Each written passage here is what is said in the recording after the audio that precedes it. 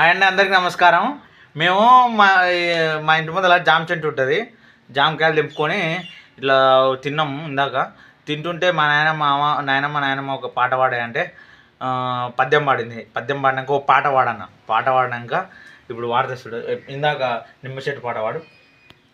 నిమ్మ చెట్టు నిలువే గాని, నిమ్మ చెట్టు నిలువే గాని, నిలవే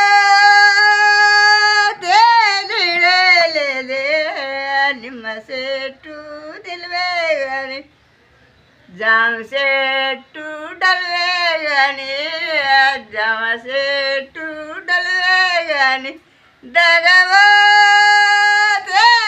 పేలేదే డమ చెట్టు డబ్బే గాని.